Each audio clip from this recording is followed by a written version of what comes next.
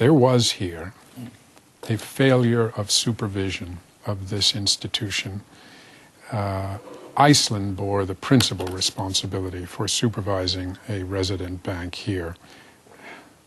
Now, having said that, look across the world. Look at my country. Look at Germany, Spain. A lot of countries have had similar failures of supervision of systemically important financial institutions. And because we all, in a modern world, cannot exist without a functioning financial system and payment system, inevitably the government must come in and protect that. No matter how recklessly the managers of the institutions may have behaved, unfortunately, and I yield to no one in my belief that it is unfortunate, the government, which is to say the taxpayers, come in at that point to protect a greater social goal, which is to keep a functioning payment system in place. The response to that is that if you're going to have such institutions, and if you know that in a meltdown you're going to have to use taxpayer money to support them, then by gosh, you should be supervising them appropriately. In my country, we've just passed something like 5,000 pages of legislation trying to revamp our regulatory system. So that's what it comes down to. Yeah. If there is a moral issue here, it turns on this question of who bore the principal responsibility for failing to supervise and regulate this institution, which ultimately, of course, caused the problem. Yeah, well, with Polestar, many people say, they just simplify this, and I think they have a very strong argument. We should not pay for reckless people. Well, but you're not paying for reckless people. In effect, you're paying to support a financial system as many, many other countries are having to do since this financial crisis broke in 2007 and 2008. It is deeply regrettable. Of course, 20/20 hindsight allows you the luxury of saying we should have done things differently. But you're not putting money in the pockets of financiers. These, step back for a second. There is in this affair an irreducible financial loss. These depositors put money in the iSave product. There were three possible groups over whom that loss could have been allocated. One was the depositors themselves. And there is a strong argument to say that they placed money with iSave as opposed to putting it with Barclays Bank because the former paid an interest rate higher than the latter. Yeah, they were greedy in a way. They were greedy in a way. And everyone knows that in financial transactions, there is a relationship between risk and reward. Yes. And so someone could have said back in 2008, regrettably, the risk has materialized. You reached for the reward, the risk materialized, now you must bear part of the consequence.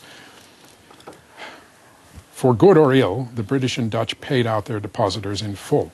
It seems to me they could have, if they wanted to, have said to the depositors, we're going to recalculate your account balance as though you had placed the money with Barclays Bank, or better yet, with the Bank of England, and take away from you the enhanced reward that you were reaching for, as long as we, the governments of Great Britain and Ireland, and ultimately the government of Iceland, is going to repay you.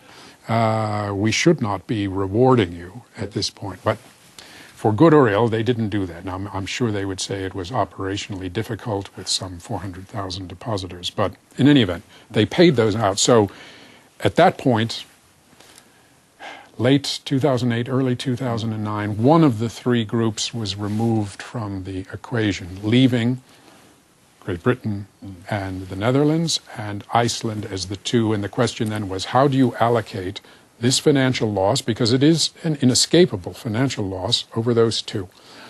Our position was it needed to be shared among all three governments by the terms of the agreement, and that was our negotiating objective. But don't you think the British, and the British especially, should, well, we have seen them pressuring us through the European Union, through the Scandinavian countries, and the British.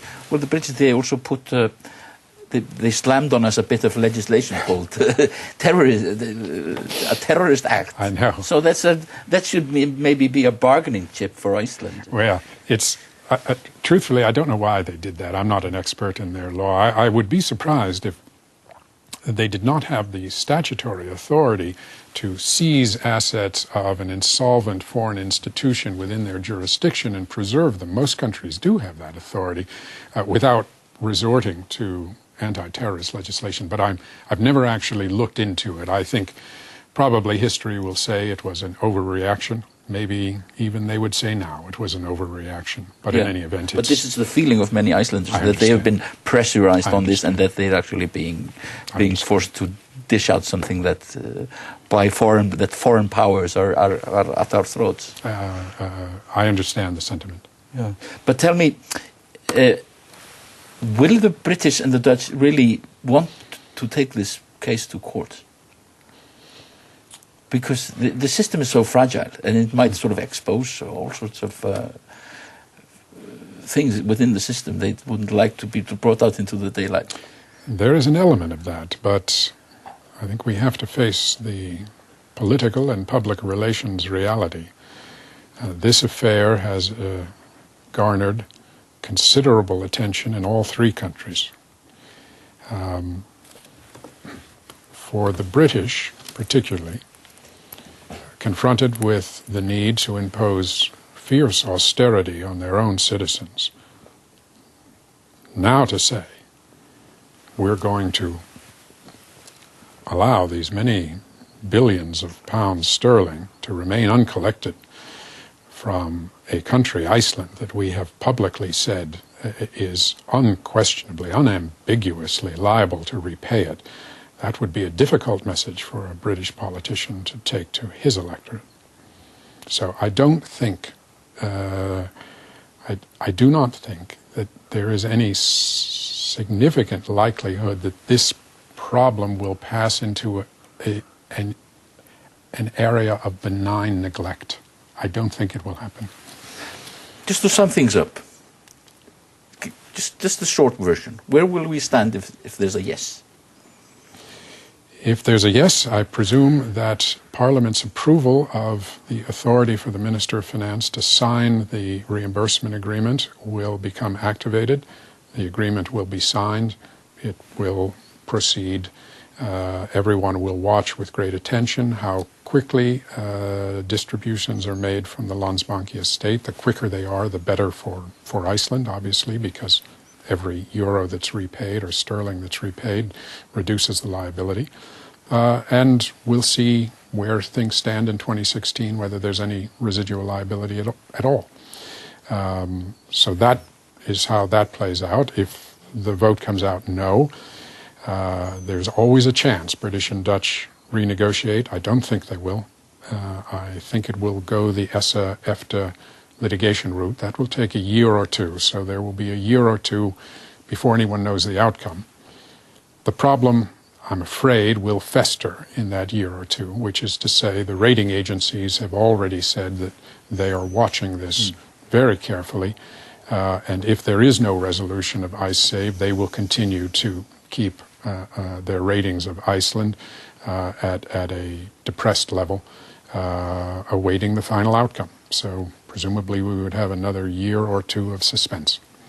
Yes. You have been talking about also in Iceland, you gave a lecture on the European debt crisis. Indeed. That is a huge issue. Indeed. Would you share some thoughts on that? Sure. Sovereign debt is my day job, you know. What is happening in Europe is fascinating. For the first time in our lifetimes, we are seeing debt crises afflict developed countries. You see, the last 30 years, the many sovereign debt crises that have erupted have all been in emerging markets. Here is a developed countries, moreover, developed countries within the Eurozone, so they belong to a monetary union. And the reaction of our European friends to this crisis has been quite interesting.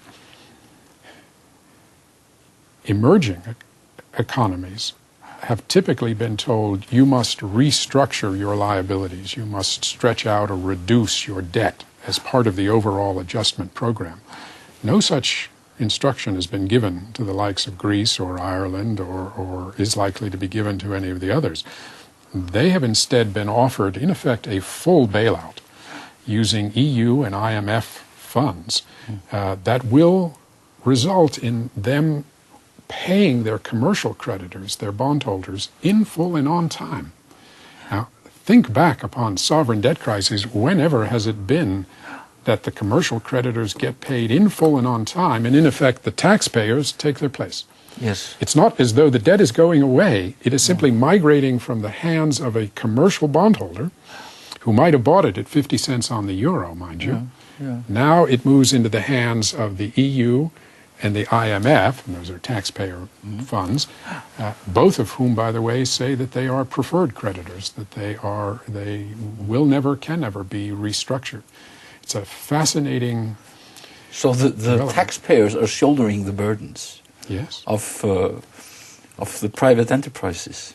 I'm afraid so. As I said, what has happened here is not unique by any means. As a matter of fact, Iceland's response to this, which was not to put a guarantee around all liabilities of your banking sector, has in retrospect, by most of the world, been seen as quite a prudent thing. Yes, yes. And the iSave issue. So you would not actually put it under the same hat as these. No, I wouldn't. The iSave issue, you see, goes to perhaps the most sacrosanct of all liabilities of financial institutions, the depositors. You see, the depositor is presumed not to be terribly sophisticated. How often has any depositor walked in any country, walked in and said, I'd like to see the balance sheet of my deposit insurance framework, please, to know whether they're good to stand behind me?